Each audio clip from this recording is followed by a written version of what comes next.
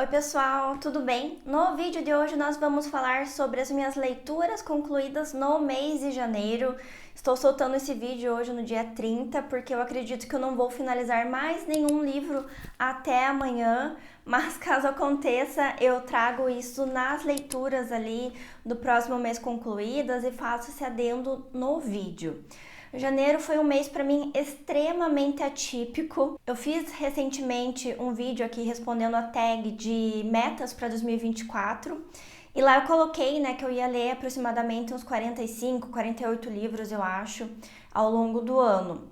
Contudo, eu acho que eu já li aí a meta por alguns bons meses, porque ao todo em janeiro eu li 11 livros, eu achei que eram 10, mas são 11, errei na conta aí, esqueci de anotar algum em algum momento nos meus registros, mas eu fiz então a leitura, concluí 11 livros, eu tenho outros em andamento, mas vou falar especificamente daqueles que eu concluí ao longo do mês de janeiro de 2024. Foi um mês especificamente atípico porque eu estou em leitura conjunta de vários livros com a Nicole e eu acho que ler em conjunto te dá mais aquele gás porque você quer chegar na parte que a pessoa está, ou você quer ler um pouquinho na frente para você conseguir trocar e falar ali as primeiras impressões. Então eu acho que isso contribuiu aí para esse número exorbitante que não é o meu normal, gente. A minha média ali é de 3 a 4 livros no mês, tanto que o meu costume é fazer vídeo juntando a leitura de 2 meses, que aproximadamente dá de 8 a 10. Então esse é um mês realmente atípico, por isso que eu vou fazer ele especificamente focado em janeiro. Mas antes de começar então falando das minhas leituras desse mês, eu quero fazer um adendo, porque no vídeo que eu lancei das leituras de novembro e dezembro, eu não coloquei um livro porque eu terminei ele nos 45 do segundo tempo, no último dia do ano, e eu já tinha lançado o vídeo, então não quero deixar passar em branco, que é esse pequeno calhamaço, Os Irmãos Karamazov, do Dostoiévski. Eu ainda não fiz a resenha aqui no canal, porque eu li ele em uma leitura conjunta. A gente ainda vai ter a última discussão com o Clube Etos falando sobre esse livro, então eu queria esperar esse último papo com o pessoal para daí estruturar a resenha e trazer aqui. Esse livro, então, ele não está seguindo a ordem do projeto de leitura de Dostoiévski, mas como surgiu a oportunidade de ler ele, eu não quis deixar passar e acertei muito nessa escolha. É um livro que eu gostei bastante, ele tem um início e um meio ali um pouco maçante às vezes, mas que eu entendo o propósito. Aqui no começo a gente tem uma pegada muito religiosa do Dostoiévski, só que tem o seu valor também nessa parte. Eu não sou uma pessoa religiosa, então isso acaba às vezes não ressoando tanto para mim, mas foi muito interessante ver a construção desse raciocínio que ele faz. Aqui nesse livro ele vai ter então um capítulo chamado Grande Inquisidor, que é um grande escrito do Dostoiévski. Por sinal, tem uma edição de contos russos que ele traz esse capítulo aqui dos Irmãos Karamazov como um capítulo à parte, como um conto à parte. Então ele é realmente muito importante para a obra do Dostoiévski e a gente vai trabalhar aqui então a temática do parricídio. A gente vai acompanhar essa família ao longo do livro, o crime propriamente dito acontecendo e os seus desdobramentos. Não vou me estender aqui porque eu vou trazer uma resenha específica, mas vou comentar já que o final me emocionou bastante. Eu acho que ele tem um final mais filosófico e que acabei o livro ali nas últimas páginas chorando, confesso para vocês, porque foi um final que me tocou e eu entendo que isso também é muito pessoal, né? Então tem coisas que vão ressoar em mim que pode não ressoar em vocês. Então tudo bem, por isso que temos tantos livros à disposição para nós. E eu acho que é por isso também que eu gravo esses conteúdos, para vocês terem um pouco acesso dessas minhas percepções e o que vocês podem analisar também dos livros, além daquilo que está escrito nessas páginas. Feito esse adendo, comecei o ano então, pensei, não, quero uma leitura um pouco mais leve, um pouco mais tranquila, e li então O Pássaro de Fogo e Outros Contos de Fada Russos. Eu ganhei esse livro do meu marido no meu aniversário. Foi no meu aniversário em 2023 e é um livro que ele tem, na verdade, uma menção a um conto aqui no Gente Pobre do Dostoiévski, que é o seu primeiro livro. Então, por isso que eu fiquei interessada para saber um pouco mais sobre esse conto. E aqui a gente tem, então, vários contos russos que vão trazer elementos, né, do folclore desse povo. Eu achei bem interessante esse livro porque ele traz então esses contos e ele traz algumas ilustrações muito bonitas, sabe? O que eu senti falta aqui é de não saber quem que é as pessoas responsáveis por essas ilustrações. Então, ó, vou tentar mostrar um exemplo para vocês. A própria capa do livro é extremamente bonita, né? Só que eu senti falta tanto de quem que são essas ilustrações, ao mesmo tempo que qual que é a origem desses contos, né? Eu sei que o conto normalmente ele tem uma propagação verbal, né, oral, na verdade, e faz com que às vezes a gente não tenha tanto a origem disso, mas eu gostaria de um pouco de contexto histórico sobre cada conto desses. Um dos pontos que eu achei interessante aqui é que ele traz um elemento do inverno, do frio, como um personagem que ele pode ser bom ou ruim a depender da pessoa. Então a gente sabe, né, que o frio, tanto nas obras do Dostoiévski, ele sempre é um elemento muito discutido, principalmente porque ele traz personagens muito pobres, muito miseráveis. Isso faz com que esses personagens fiquem à mercê das intempéries do tempo, do clima, né? Então isso eu achei bem interessante. Tem um outro personagem que deixa eu checar como que fala o nome, é Baba Yaga. Ele vem ser, então, uma personagem que muitas vezes é representada em uma mulher idosa, uma bruxa, que ela representa, então, o espírito da natureza. Então, é interessante a gente perceber que em alguns livros russos a gente tem uma expressão da natureza bem significativa. Então, eles falam, né, de como que é a natureza, eles escrevem os campos. Isso faz com que a gente perceba que isso é presente desde o seu folclore até as páginas dos livros que a gente tem acesso hoje. E daí nós avançamos então para A Imaginação Educada, também que é um livro curtíssimo. Eu tentei então no início do ano pegar alguns livros que estavam parados na minha estante e que eu queria ler, mas que eu ainda não tinha achado tempo. E como eu não estava ali em nenhuma leitura conjunta ainda, eu aproveitei, né, para desopilar um pouco a minha estante. Esse é um livro então que ele vai falar sobre o processo de ensino, de educação, de formação também da literatura na vida das pessoas, e ele vem então trazer aqui alguns conceitos bem bacanas. Esse livro me lembrou o Sobre Histórias, do Lewis, que ele vai falar então sobre esse processo também de escrita, na verdade, e como que isso interfere nas pessoas. Esse livro aqui é formado por 6 palestras que foram transcritas. Eu achei um livro bem interessante. A principal coisa que me marcou é que ele fala que não é um livro ruim que vai condenar a sua vida literária, né? Não é um livro ruim ou um livro que não seja tão bom, um livro de gosto duvidoso, né? Eu comento normalmente que tem alguns livros que a gente quer ler por curiosidade mórbida, mas não são esses que vão fazer com que a gente perca a qualidade, que a gente perca o gosto pela literatura e esse desenvolvimento para uma literatura um pouco mais criteriosa. Esse é um livro que vale a releitura, tá? Eu tenho algumas marcações que eu fiz aqui, é um livro que eu quero revisitar.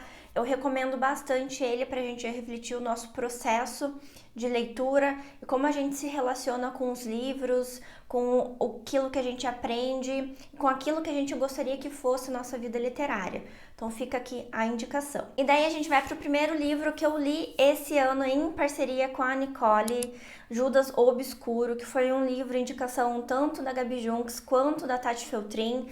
Foi um livro que eu estava ansiosa para ler já faz algum tempo, porque eu vi no vídeo da Tati um super spoiler e isso me fez querer ir pro livro e entender como que o personagem ia construir toda a narrativa para amparar aquele momento. Eu acho que é um livro que ele realmente mexe com as pessoas.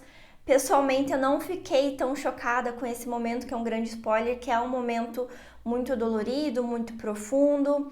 É um momento que ele trabalha com um tabu que a gente não aborda na sociedade.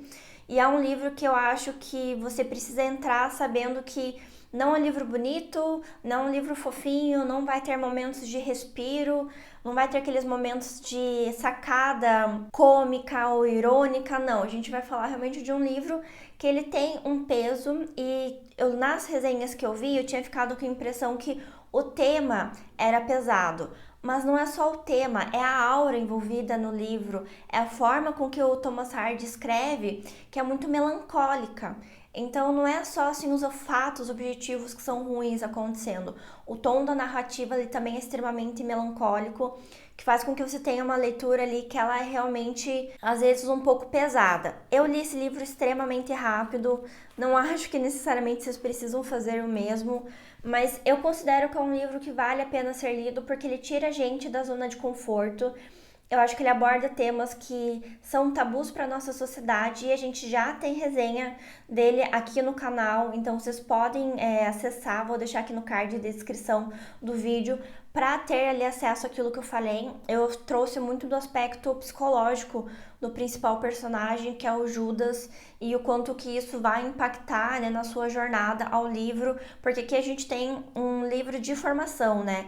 Então, nós vamos acompanhar o Judas desde a sua infância até a sua vida adulta. Fica a forte recomendação, se vocês gostarem do livro, deixem aqui nos comentários também, porque eu quero saber quem mais leu e como que lidou com a experiência de leitura desse livro. E daí nós vamos avançar então para Divinos Rivais. É um livro que eu li por curiosidade mórbida.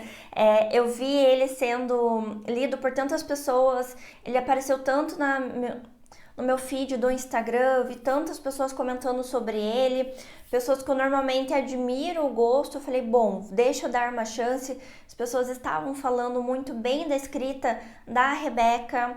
Dei uma chance, então. A gente tem um vlog de leitura aqui que eu comento um pouco da minha experiência, eu vou falando parte a parte do livro. Ficou bem bacana, vou deixar também aqui no card de descrição, mas, gente, a leitura foi um fiasco. Eu não gostei, não funcionou pra mim. É um livro que pode ser utilizado de passatempo, mas não faz o meu gosto. Eu não gostei da escrita também da Rebeca, eu achei muito rasa, não se aprofunda nos personagens. A gente tem um mundo de fantasia que a gente não tem muitas informações de quais as regras que regem esse universo. Então, assim, deixou extremamente a desejar, mas vocês podem conferir um pouco de como que foi esse processo de leitura e as minhas impressões no vlog, que eu achei que ficou bem bacana o material. E eu comento também um pouco do que eu fui sentindo falta ao longo do livro, os clichês que eu percebi muito utilizados, e que tá tudo bem a gente usar clichê, gente, mas tem um limite daquilo que é aceitável, porque senão fica um livro todo amparado, né, nessas premissas que já estão bem desgastadas aí no meio literário, e eu acho que não inova, não traz nada de novo, ou não traz uma visão diferente sobre os mesmos clichês. E nós avançamos então para um livro que foi assim, um surto, gente. Eu não conseguia parar de ler, eu não queria comer direito para terminar de ler esse livro, que foi O Morro dos Ventos Uivantes. Foi um livro que eu também li com a Nicole, e, gente, eu acho que eu li em 2 dias esse livro. É um livro de 300 e poucas páginas, quase 400, e foi muito, muito, muito bom a leitura. É um livro que eu considero que eu preciso reler. A gente já tem resenha aqui no canal também, mas eu li muito rápido, eu li muito afoita, porque eu queria saber o que estava acontecendo. Eu acho que a obsessão que o Heathcliff tem nesse livro passa pra gente, o leitor, porque você não consegue realmente parar a leitura. Não vou me estender aqui, a gente tem uma resenha dedicada para esse livro, mas foi um livro que eu gostei muito, muito, muito. Já estou ansiosa para releitura, porque eu sei que tem muitas camadas do livro que eu não consegui ter acesso, né, nessa primeira leitura, que eu espero que quando eu voltar para ele eu consiga realmente adentrar um pouco mais, ter um pouco de respiro, porque eu já vou ter lembrança, então, né, mais fresca da história, e vou conseguir aproveitar ainda mais a jornada. Mas não me arrependo, eu realmente quis ler ele rápido, porque eu não conseguia largar. Eu adoro essa experiência, adoro quando um livro te prende tanto que você não consegue ir para outro livro. Fiquei, por sinal, com medo de entrar numa ressaca literária por conta dele, mas não foi o que aconteceu, ainda bem.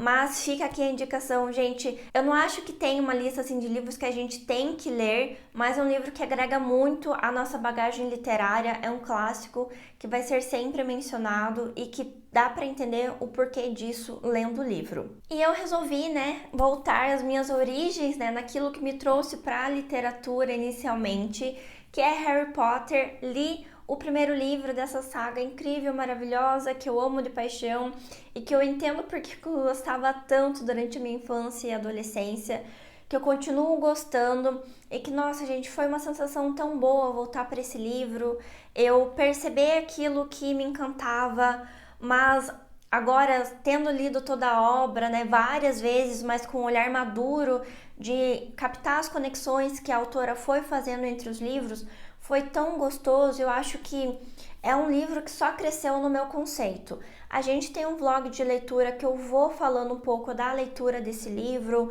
vou trazendo as minhas percepções, mas fica aqui minha indicação, se você leu esse livro, né, durante a infância, adolescência, volte para eles agora adulto, porque faz muita diferença. Eu acho que a gente consegue apreciar nuances do livro que quando a gente é mais novo a gente não consegue perceber. E fica a minha admiração aí pelo que a autora fez com essa obra, com esse mundo mágico, com todo esse universo, porque ele é muito bom. Esse livro ele é curtíssimo, mas ele faz um ótimo trabalho em apresentar a gente a todo esse universo e eu acho que não deixa nada a desejar. Na verdade, eu gostaria que o livro fosse maior, mas porque eu gosto muito da obra, não porque a autora não fez um bom trabalho aqui com o livro. Fica a indicação novamente, e se vocês já leram também toda a saga, me contem aqui nos comentários como que foi essa experiência, porque eu tenho a sensação que foi um livro que trouxe muitas pessoas pro meio literário, pra literatura. Por conta disso, em si tem muito do seu valor. Li também com a Nicole o Lolita, do Nabokov. Gente, eu li esse livro quando eu era mais jovem, acho que ali na minha adolescência, e é um livro tão pesado, mas tão bonito. Eu vejo que ele dá muito realmente aquela sensação, né? Eu vejo outras pessoas falando disso, de como pode eu estar gostando de ler um livro que ele é tão bonito, mas ao mesmo tempo ele trabalha um tema que é tão pesado, que é o da pedofilia. Ele tem realmente passagens lindíssimas. Eu acho que qualquer pedaço que você pegar aqui, você encontra uma escrita irretocável do Nabokov. A forma com que ele vai estruturando o livro, que os eventos vão acontecendo, é realmente muito magnético. É um livro que eu ainda não sei o que eu achei dele, gente. Eu ainda tô conversando, ainda tô digerindo, por isso que eu não trouxe uma resenha. Não sei se trarei também, mas eu acho que é um livro que todo mundo já ouviu falar, as pessoas têm muito receio, mas que eu acho que a gente precisa ir para a obra para então tirar as nossas próprias conclusões. Não é um livro que eu considero que faz apologia à pedofilia, muito pelo contrário. Ao próprio prefácio, né, as primeiras páginas, ele fala que isso é um livro que mostra como nós precisamos cuidar das nossas crianças e como a gente precisa zelar pela sua segurança. Eu acho que pela escrita do Nabokov ser muito bonita e por conta do personagem, né, principal, falar que ele sabe que ele é culpado, mas ao mesmo tempo ele não se desculpa, né? Ele vai criando argumentos que vão sustentar o seu crime, que é um crime, só que a forma com que ele faz isso é muito fácil a gente cair na lábia dele. Então, é um livro que precisa ser lido, mas com muita, muita atenção e com muito senso crítico, porque é um personagem que ele vai te ludibriando ao longo das páginas. Então, a gente precisa olhar a leitura realmente como senso crítico para a gente não cair no canto da sereia do personagem, como a Jamile normalmente fala. Ufa, não terminamos ainda, gente. Na sequência, eu li Pais e Filhos, do Turgenev. Eu estava bem ansiosa para essa leitura, todo mundo estava falando que eu ia gostar muito do livro, por eu gostar do Diário do Homem Supérfluo, que é do mesmo autor. Eu não vou falar que eu não gostei do livro, tá? Eu senti que não é um livro que tem uma temática que me encantou tanto, né? Ele fala, sim, do niilismo. Tem um personagem, o Bazarov, que eu gostei muito do desenvolvimento da personalidade, dos eventos e do seu fim. Eu acho que é um personagem que traz algumas nuances muito interessantes. Ele é niilista, então eu vejo que ele tem um desdobramento que me agrada muito. Eu acho que eu vou trazer resenha, não decidi ainda aqui pro canal, mas vamos ver as cenas dos próximos episódios. A gente vai falar aqui nesse livro sobre essa dinâmica entre os pais e os filhos e quanto que eles têm ideais e percepções diferentes sobre o mundo.